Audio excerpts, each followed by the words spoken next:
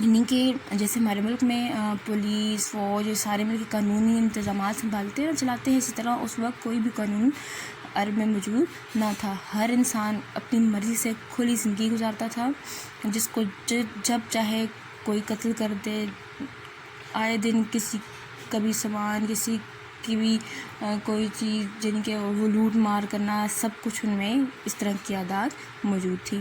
وہ تھے قتل و غارت میں چالاک ایسے، یعنی کہ قتل و غارت میں ایسے چالاک تھے کہ درندے ہوں جنگل میں بے بھاگے، جیسے جنگل میں کوئی کھلے درندے نہیں ہوتے، جب چاہیں کسی کو بھی چیر پھاڑ دیں، کاٹ دیں، مار دیں. تو انسانوں کا خون اس طرح بہاتے تھے جیسے ہم انسان ہو کے جانوروں کو بھی نہیں مار سکتے. جیسے جنگل کے جنگلی درندے کاٹ کھاتے ہیں نا، اسی طرح وہ انسانوں کو ایک دوسرے کو مارتے تھے. اور ان کی آپس کی چھوٹی چھوٹی بات پہ لڑائیاں ہوتی اور کئی نسلوں تک یہ ان کی لڑائیاں چلی جاتی تھی. اب تیسرا باب ہے ہمارے پاس. نہ ٹلتے تھے ہرگز جو اڑ بیٹھتے تھے، سلجھتے نہ تھے جب جھگڑ بیٹھتے تھے.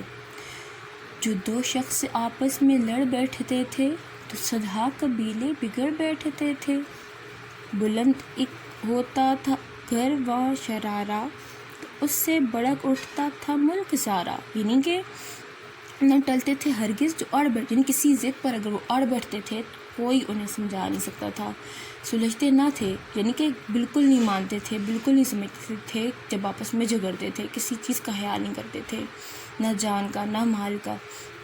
جو دو شخص آپس میں لڑ بیٹھتے تھے، یعنی کہ اگر دو اشخاص آپس میں لڑائی کر دیتے، وہ لڑائی صرف دو اشخاص تک نہیں رہتی تھی بلکہ کئی قبیلوں کی لڑائی میں منتقل ہو جاتی اور کئی نسلوں تک وہ لڑائی جاری رہتی تھی.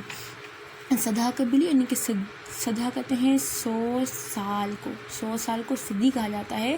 اور یہاں پہ صدہا یعنی کہ کئی صدیاں وہ قبیلے آپس میں لڑتے جھگڑتے تھے. ایک ہوتا تھا گر و شرارہ، یعنی کہ چھوٹی سی بات کا، شرارہ کہتے ہیں آگ کا شعلہ یا انگار، یعنی کہ چھوٹی سی بات وہاں پہ ہوتی تو وہ ایسے آگ کی طرح پھیلتی کہ پورے کے پورے قبیلے اس میں ملوث ہو جاتے تھے. تو اس سے بڑک اٹھتا تھا ملک سارا، یعنی کہ وہ چھوٹی سی لڑائی جو تھی پورے ملک میں شروع ہو جاتی تھی. بڑک یعنی اس سے بڑک اٹھتا تھا یعنی کہ سارے کے سارے ملک کے جو وہاں کے باشندے تھے نا اس کی لڑائی میں مبتلا ہو جاتے تھے، شامل ہو جاتے تھے.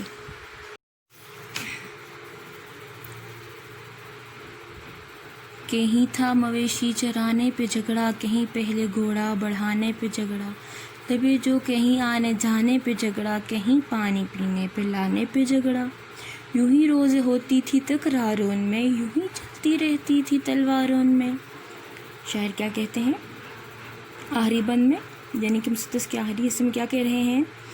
مویشی کہتے ہیں 4 ٹانگوں والے جانور کو، کہ وہ لوگ ایسے تھے کہ مویشیوں کو چرانے پہ بھی ان کا جھگڑا ہوتا تھا.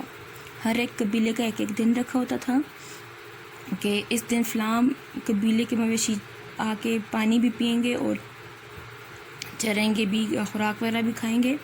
تو اگر اس دن کسی دوسرے قبیلے کا کوئی مویشی آ کے پانی پی لیتا یا گھاس وغیرہ کھا لیتا تو دوسرے قبیلے کے لوگ کیا کرتے، اس جانور کو ہی مار ڈالتے تھے اور اس کے جو مالک تھا اس سے لڑائی شروع ہو جاتی اور وہ لڑائی قتل کی صورت میں پھر ختم ہوتی تھی. کہیں پہلے گھوڑا بڑھانے پہ، اچھا پھر جب ان کی آپس میں ریس ہوتی تو اس ریس کے دوران جس کا گھوڑا آگے بڑھ جاتا تو اس بات پر بھی وہ آپس میں جھگڑتے رہتے اور اس جھگڑ کا بھی اختتام قتل کی صورت میں ہوتا تھا. لبے جو کہیں آنے جانے پہ جھگڑا. لبے جو کا مطلب ہے ندی کا کنارہ، یعنی کہ ندی کے کنارے پہ بھی جو وہ پانی کے لیے جاتے اپنے جانوروں کو لے کر پانی پلانے کے لیے، تو اس پر بھی ان کا جھگڑا ہوتا تھا. یوں ہی روز ہوتی تھی تکرار ان میں، یعنی کہ ہر وقت آپس میں زبانی بحث لڑائی ان میں لگی ہی رہتی تھی. یوں ہی چلتی تھی تلواروں میں، یعنی کہ تلوار ہر وقت میں آم سے بہہ رہتی تھی کہ کسی بھی وقت وہ کسی کو بھی بغیر کسی بڑی وجہ کے قتل کر دیتے، مار ڈالتے، بے دردی سے انسانوں کو قتل کرتے.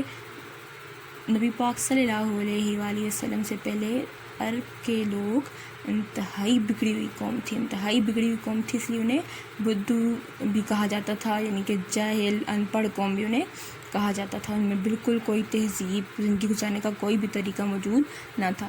یہ تو نبی پاک صلی اللہ علیہ وآلہ وسلم کی فضیلت تھی کہ ان کے آنے کے بعد وہ قوم جو ہے قیامت تک عظمت کی نگاہ سے دیکھی جاتی ہے.